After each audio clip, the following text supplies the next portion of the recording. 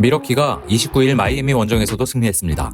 지난 여름부터 가을까지 이어진 데미안 릴라드의 행선지로 꼽혔던 두 팀이기도 했는데요.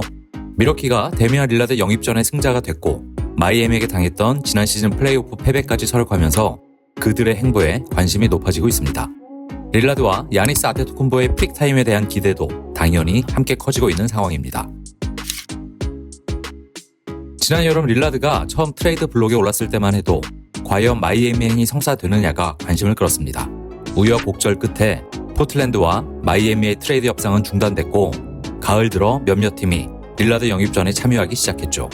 가장 눈에 띈 팀은 밀워키와 토론토였고 결국 릴라드 영입전에서 우승팀은 밀워키였습니다. 밀워키는 주루 할러데이를 비롯한 협상 트레이드 카드들을 포틀랜드에 오퍼했는데요. 단 조건이 있었습니다. 트레이드 협상 사실과 내용을 철저하게 비밀에 붙여야 한다는 것이었죠. 사실 이는 포틀랜드 역시 원하는 부분이었습니다. 포틀랜드 조 크로닌 단장은 릴라드 트레이드 구상과 관련된 내용을 구단 사무실 화이트보드에 절대 쓰지 않았다는 후문입니다. 몇몇 보는 눈으로 인해 엉뚱한 루머가 퍼지고 이것이 릴라드 트레이드에 악영향을 끼칠 것을 우려했기 때문이었습니다. 마침 디안드레 에이튼을 내보내길 원했던 피닉스가 트레이드에 참여하면서 트레이드는 삼각딜로 규모가 커졌습니다. 밀워키는 트레이드 카드 중 하나로 그레이슨 알렌을 오퍼했고 이에 포틀랜드가 피닉스에 알렌을 데려갈 의사가 있는지 확인하면서 트레이드는 합의에 이르렀습니다. 릴라드, 할러데이, 에이튼, 너키치 등 굵직굵직한 이름들이 동시에 오른 블록버스터 트레이드였습니다. 밀워키가 릴라드 영입전의 승자가 되는 순간이었죠. 지난 10월 17일 밀워키와 레이커스의 프리시즌 경기는 아데토쿤보와 릴라드가 처음 호흡을 맞춘 경기였습니다. 릴라드와 아데토쿤보의 만남을 기대하던 팬들은 이 경기를 주목할 수밖에 없었는데요. 둘 모두 많은 출전 시간을 기록하지 않았고 합을 맞추는 데 집중하는 모습이었습니다. 릴라드는 아데토쿤보와 나의 2대2 게임을 누가 막을 수 있을지 모르겠다는 말을 미디어데이 인터뷰에서 남기기도 했습니다. 아데토쿤보 입장에서 보면 2013년 데뷔 후 팀의 에이스로 성장한 그는 페인트존 어택을 주무기로 삼는 선수입니다. 아데토쿤보의 림어택을 막는 것이 밀워키를 상대하는 팀들의 1순위 수비 미션이었죠. 그의 돌파를 저지하기 위해 빅맨, 외곽 수비수들이 함께 벽을 만들어 돌파 동선을 미리 막아두기 일쑤였습니다. 이런 상대팀들의 견제를 뚫어내는 것이 그간 밀워키 오펜스의 가장 중요한 포인트였습니다. 이런 상황에서 릴라드가 아데토쿤보와 함께 코트를 누빈다면 상대는 지옥을 경험할 수밖에 없습니다. NBA닷컴에 따르면 릴라드는 지난 시즌 24피트 이상 거리에서 세 번째로 많은 야투를 성공시킨 선수였습니다.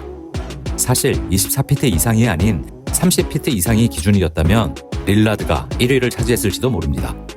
릴라드는 스테픈 커리, 트레이 영과 더불어 딥3 카테고리를 상징하는 선수인데요. 릴라드의 슈팅에 한계란 없습니다.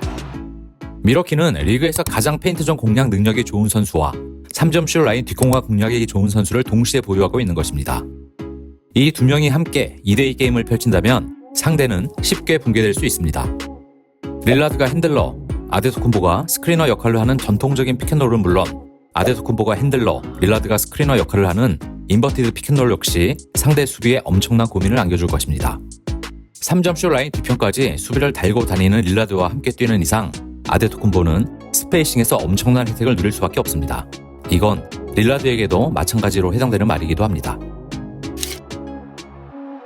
다만 릴라드 영입이 밀워키에 긍정적인 변수만을 제공하는 것은 아닙니다.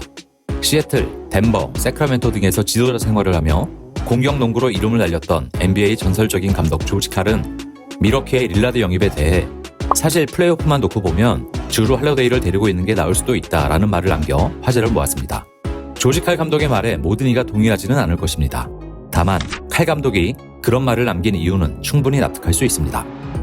릴라드 트레이드로 팀을 떠난 할러데이는 현역 선수들이 꼽는 최고의 수비수 중 한 명입니다. 엄청난 반응 속도와 손질, 압박 능력을 통해 자신이 막는 공격수를 봉쇄하죠.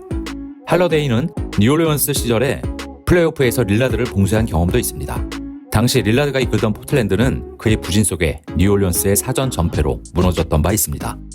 플레이오프는 서로의 수비 약점을 집요하게 물고 늘어지는 무대입니다. 플레이오프에서 유난히 매치업 헌팅이 성행하는 것도 이 때문이니까요. 할러데이는 플레이오프에서 매치업 헌팅의 대상이 절대 아닙니다. 덕분에 할러데이, 미들턴, 아데토쿤보로 이어지는 3인방 라인은 플레이오프에서 수비 약점을 드러내지 않고 안정적인 공수 밸런스를 보여줄 수 있었죠. 릴라드는 반대입니다. 팬들에게 알려진 만큼 수비 구멍은 아니지만 공격에 쏟는 에너지가 워낙 많은 탓인지 상대 핸들러에 대한 수비가 불안한 편이죠. 스크린 대처가 제대로 이루어지지 않아 팀 수비에 균열을 주는 경향도 많았습니다. 피지컬과 압박이 상대적으로 약하다 보니 매치업 헌팅의 대상이 되기도 했죠. 결국 미러키의 우승 도전은 릴라드 영입으로 인해 얻게 된 이 같은 약점도 해결해야만 성공으로 이어질 수 있습니다. 릴라드 본인이 수비에서 좀 더 집중력 있는 모습을 보여주는 것도 중요하고 아드리안 그리핀 감독의 전술적인 도움도 필요합니다. 느빌람, 오늘은 여기까지입니다. 감사합니다.